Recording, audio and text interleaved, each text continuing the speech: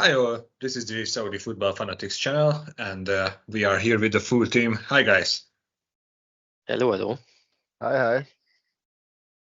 It's nice that we have an episode now because we have a very busy schedule in the Russian Saudi League, as we already told our listeners. There are going to be a very, very tight schedule in the Russian Saudi League, and we have a lot to talk about because as we speak, there is already another game week ongoing, and one match day is already completed. So what do you guys think we should start with? Maybe with the relegation battle and about what happened in the last two rounds, because there were, as you mentioned, it was quite a busy week and quite a busy weekend with two game weeks together. And it's going to be even more busy. We can add to that. Yeah, in the coming weeks. But after that, we will have as far as I remember, a longer break, about 2 weeks. But until that, we have quite a busy run. Yeah. So I think we should start with the relegation battle. But if Andris have any other idea, I'm open to hear that. It's fine. I also agree, and that's what excites me the most at the moment as well. Okay, then maybe we should get through the most hurtful points. Gyula, what about Opha? Well, it's hard to talk about it, honestly.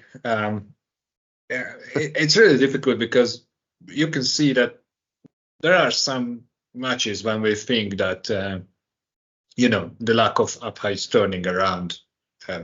They catch a break of falling and call it 3 points here and there, but the most recent match as we speak is humiliating, I think. Let's say credit to Al-Nassr because they scored 8 goals, which is obviously a lot.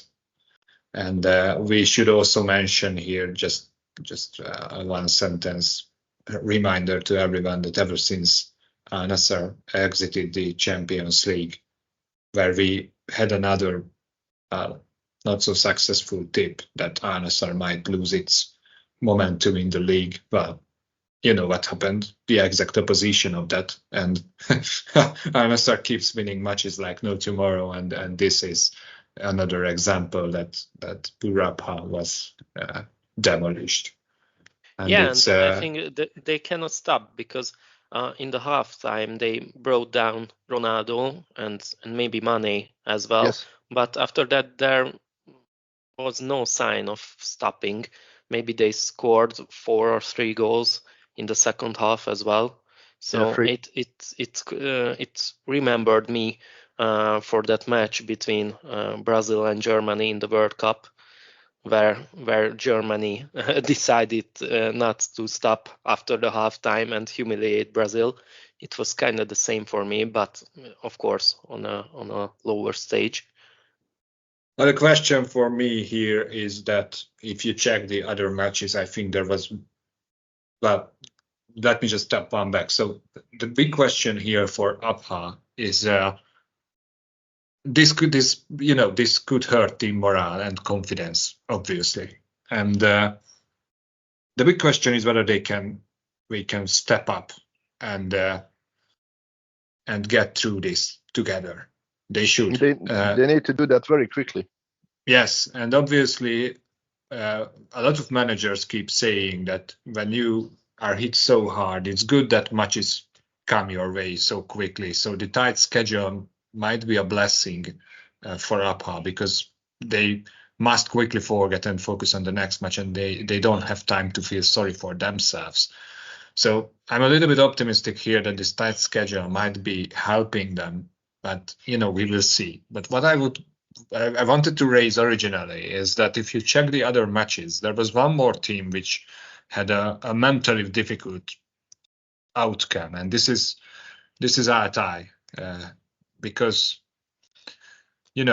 there was the match against Al Tawun, and they were up 2-0 and they lost the match in the end. So it's really harsh that you are up, you seem to win the match, and in the end you just lose.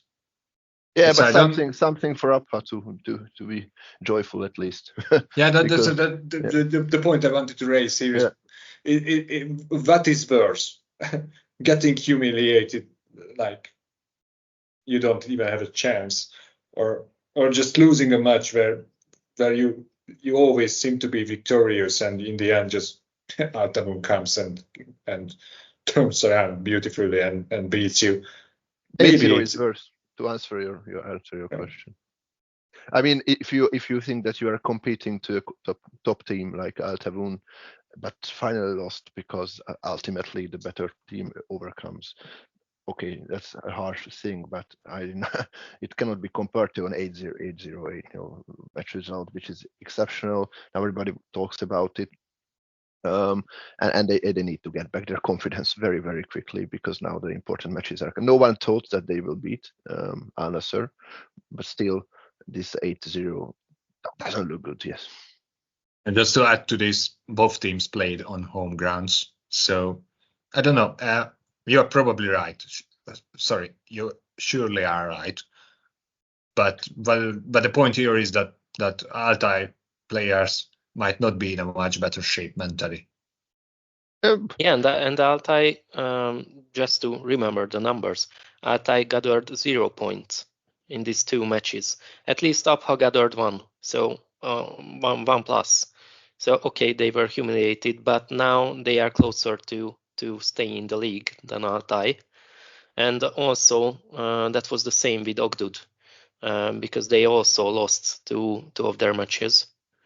And what is worse, that one of the matches was against Rad, who won the match and gathered 3 points, and now is almost escaped from the relegation. But after that they will surely that's be what I relegated. wanted to ask. Yes. Yeah, whether they already escaped, whether we can say that they can be now well satisfied with their position, or what do they need that? I would not guess anything, because every one of my guesses are wrong. So I don't want to say anything which could cause Rad the relegation of Rad. So maybe it's Dula's turn, but I don't know. It's like they are playing like with the revolver, because there are always something like something surprising happening in every round. So I cannot guarantee anything for Rad for the upcoming matches. Just let me elaborate on the question. Then in the next round they will play with Al Hazem, right? This is one of the few matches when we could say that Al Rayed has probably it is not the upper hand. Yeah, it has the upper hand. And if they win that, then they will have 30 points. And that seems to be something which might save them in this stage of the league. I don't say that 30 points will be enough to survive, but it's a very, very good ground for the next rounds, on the final rounds, because then they will only need to gather now a little amount of points. So this Al Hazem match will be very important to them. Just to see the other side of the coin, if Al Hazem cannot win that match, they are in a very, very difficult position. Yeah, I won't give them too much chance in that case. This is their last chance. Yeah, maybe we can say that this is their last chance, but I think the Rad could be safe based on stats. Stats are always just numbers, so the next match could easily overwrite everything. But if you check the goal differences of the relegation battle-threatened teams, Rad is much superior to the rest of the relegation fighters. That's true. Yep. So I would be surprised if we see Rad in the Yellow League next year, but they have still work to do. That's for sure. But if they can beat Al-Hazem, I don't really see a scenario where they will just relegate. Yeah, and returning to Abha, just to comment from my side, obviously I have mixed feelings about this, as Al-Nassr won 8-0, especially that the king of football scored 3 times and provided 2 assists as well. At least based on the stats, it might only be 1, but in my eyes, it were 2 assists. So it was an exceptional performance. 2 of them were free kicks, and 1 is a very nice lobbed ball. But on the other hand, my not so secret favorite Abha, or our not so secret favorite Abha, we'll need to do much better now. And yeah, I'm very, very interested. So we will certainly focus in the next episode on Abha's performance and the previously discussed Al-Riyad Al-Hazem relegation battle. Roshan! Saudi League. So probably we can say that the Al-Hazem is in a very difficult situation, and the most likely participants of the relegation battle are Abha, Altay, Ogdud, and Al-Riyad. And as we can see that Abha and Al-Riyad are separated by only 3 points, so the 14th and the 17th position. 4 teams are within 3 points of range. Anything can really happen here. That's my point. And Abha will still play against Ogdud and Hazem. So I'm certain that they should win those 2, at least those 2, in order to stay in the league. And maybe another one, which seems quite easier than the others, is against Shabab. But in case of Shabab, you can never know what will happen. kind of a strange team. Joker team of the league in this season. And I don't know whether you have further points on the relegation battle, but I think that we cannot miss that we had a Jeddah derby this weekend, and another superb performance from Al-Buraikan. It's quite usual from him now, right? It seems so. What a legend. Yeah, we can say. I think in the last episode we already praised him extensively, so we don't have to do that now. But yes, I just wanted to continue with that because he deserves that, and we also praised Al-Hilal in continuous episodes. So probably Al-Buraikan also deserves it. So let's be fair with him. Yeah, true. It's great to see him, and from another point of view, it's great for the Falcons that he's in such a great form. He will be much needed in the coming international matches. So it's good that he maintains this exquisite form.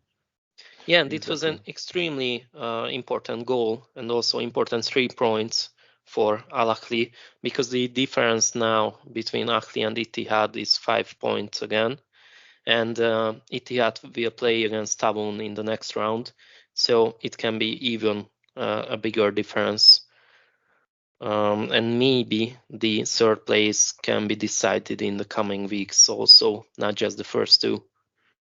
Yeah, speaking about Ittihad and Tabun, that's another big battle. We can say that, can't we? Yeah. I'm sure that the 4th place will be decided between these 2. And also, probably, we already discussed about that, right, in previous episode, probably the 4th spot for the next Champions League season as well. In that case, if we expect that Al-Hilal will win the cup as well, and I cannot expect currently any else. Okay, but if you sorry, Dula, just finish your thoughts. Yeah, I don't really have anything to add to that, and I don't want to keep praising Hilal again. But just if we talk about derbies, we have to mention the Shabab Hilal derby as well, where, well, not so surprisingly, Al-Hilal won the match, but Shabab really put up a fight because it was a 3-4, so 7-goal thriller, a really big match. So yeah, great Riyadh derby, but in the end, Al-Hilal, well, what a surprise, won the match, and also Hilal has also beaten Ogdud. So yes, it's I can confirm the thesis of Andris that it's not a question of if, it's a question of when Hilal will be the champion of this league. We know that exactly because we know when the final will take place. Okay, thanks for that info, Gyula, regarding Hilal and the derby against Shabab. Andris, you mentioned the cup. The semi-finals will be held, I think, in 3 or 4 weeks. And there's a team, maybe a surprising team, which is in an exquisite form in the last months. And I think about Al-Khaleej, which is not our main team during our episodes, but maybe this time we should speak a little about their transfers, about their performances in the last 2 months, and maybe their chances in the cup and also in the Russian Saudi League. Yeah, this was not a team, Al-Khaleej, with which we spent too much time in the previous episodes. But now I believe the time has come, because we can say that they are unbeaten for a while now, since a while, and they put together the defense very well. So I just don't want to rush forward, but yeah, probably this is a time when we have to speak about Al-Khaleej and their kind of solid performance in the last rounds. Yeah, you mentioned that they are unbeaten now for a while. Just to speak about the numbers, so they are unbeaten since 6 matches, and they had only 2 losses in their last 11 matches. So it's quite impressive. Against 2 very strong opponents, right? Al-Ettifaq and Al-Ahli. Yeah, and if previously we spoke about the rise of Damak, now we have to mention the rise of Khaleej, because only 1 point separates these 2 teams, so they are almost leveled now. And Al-Khaleej is very impressive, and you started to mention their defense. I leave that point for you, but also we should mention their attacking potential, mainly on their sides. They only scored 30 goals, but that mainly came from two person, Martins and their new signing, Narey. Gyula, maybe you know more about Narey than I am, because you were the one who mentioned him at the beginning of our journey on the road of the Saudi football. Yeah, it's not a surprise that Narey became their top player. We can say that maybe his name could be familiar to Bundesliga fans because he played a significant chunk of his career in Germany. But yes, I just wanted to step back a little bit. We say that it's a surprise because if you recall in our earlier episodes, Al-Khaleej was the team which was saved from relegation last year only because of the extension of the number of the spots in the Russian Saudi League. And after that, they decided to completely rebuild their team.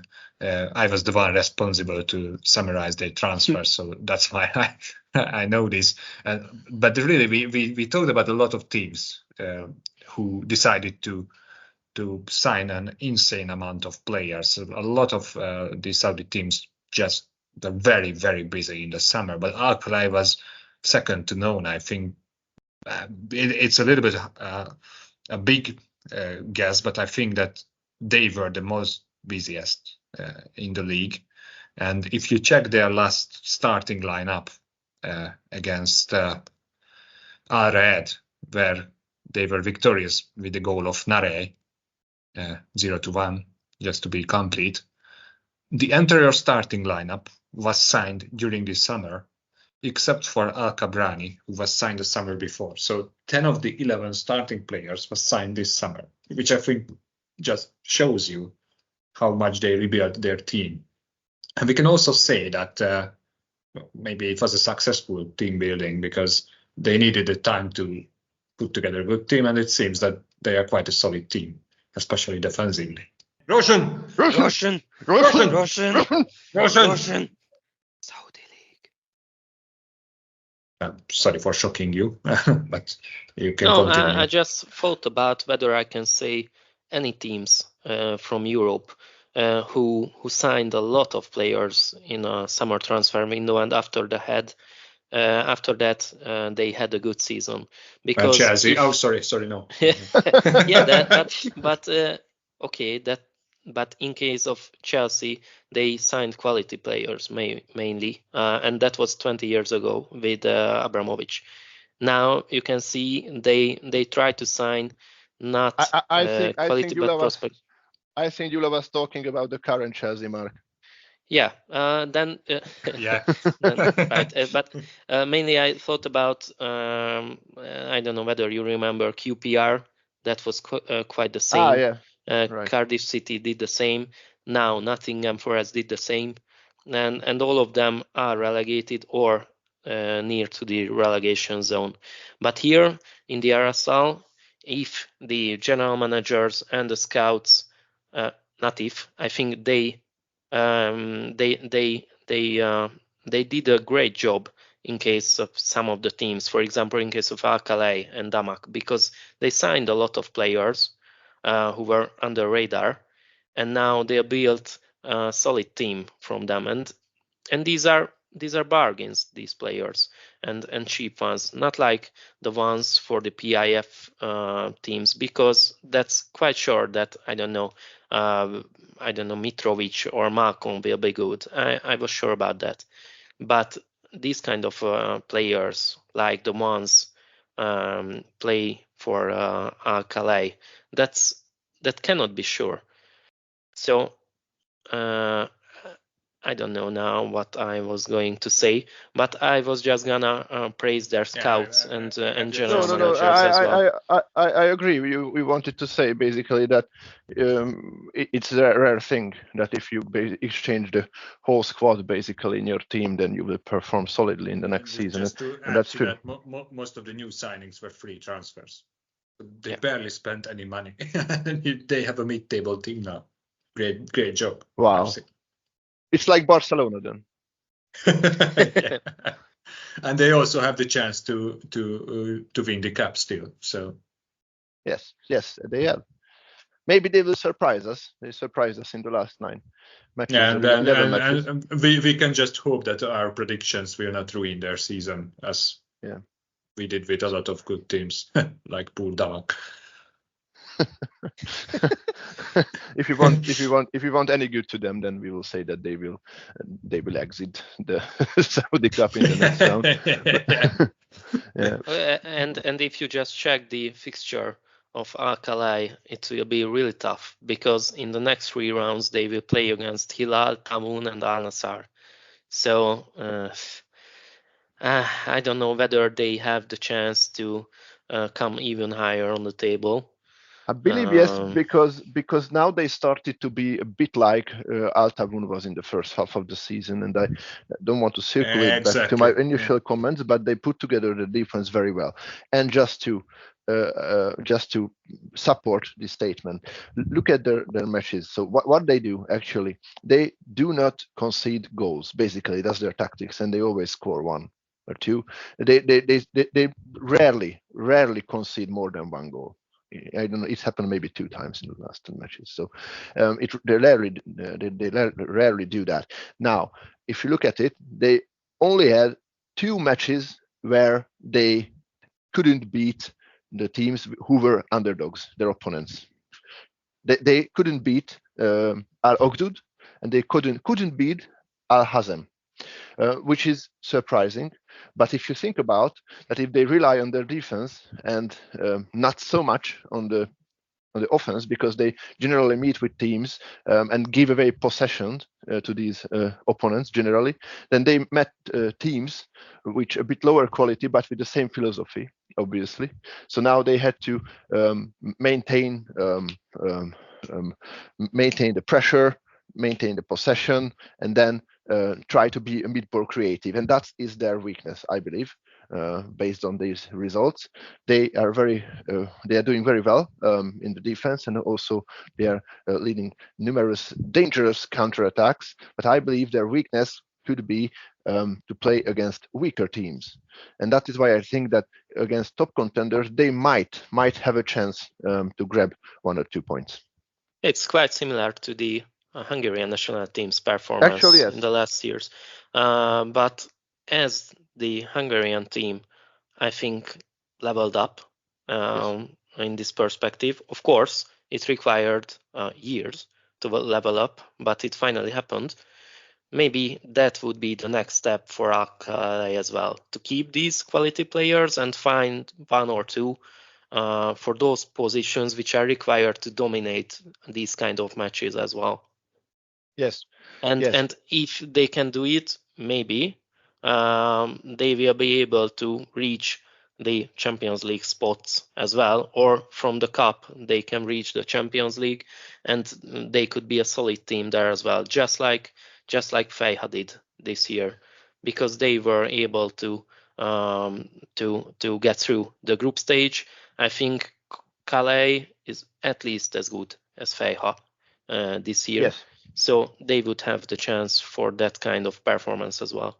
And also we have to highlight that I believe the direction is okay, because we have to put together a very well core, very great defense. Now they have that, because it seems that I want to just highlight 2 players here from the defense, 2 central defenders, Syed Al-Hamsal, who is a Saudi national, fortunately for our national team, and also Lisandro Lopez, who is an Argentinian player, not the other Lisandro Lopez, but he was a former Benfica player, and Benfica loaned out to several teams like Inter Milan and even Boca Juniors later on.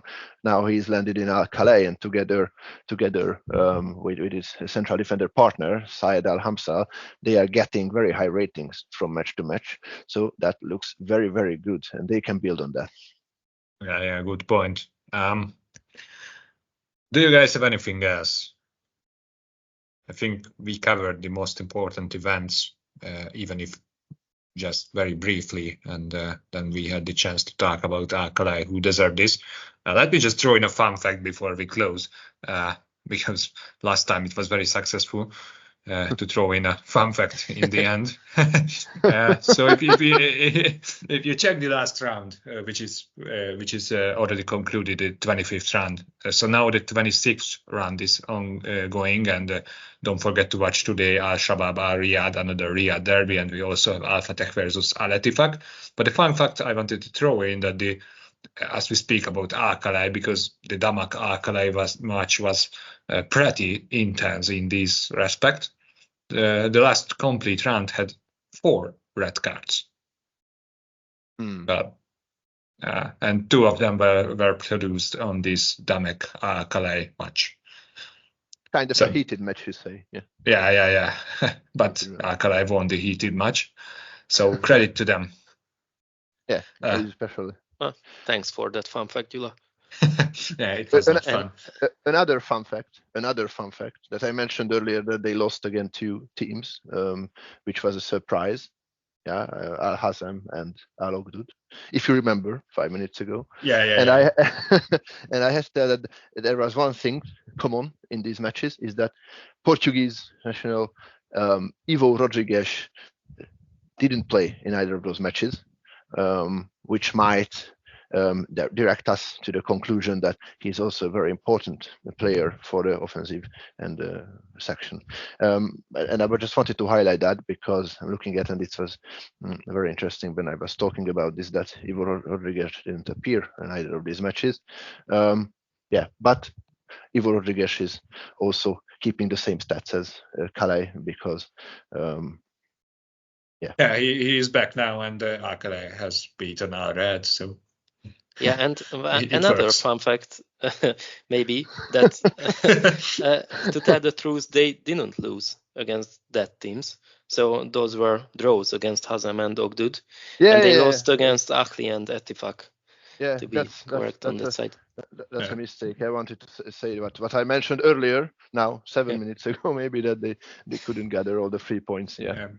And maybe 1 point for the coming weeks, because we mentioned that it will be a quite busy period, that now we will have another game week, this weekend. But after that, we will have the semi-final of the Super Cup, and also the Champions League will be continued in the coming 2 weeks, I think. So we will have enough topic to speak about. And Yeah, obviously, this means that we will have time to speak about Al-Hilal if we haven't forgotten them. Yeah. We wish them good luck in the Champions League, obviously, but we will meet before that, and we will have a lot of topics to cover, as Mark mentioned. Thank you for that. So I will close this episode now. Thanks, guys, and thanks to our listeners for joining us. And we will see you very soon. And don't forget to watch the Real Derby today. See you soon. Cheers.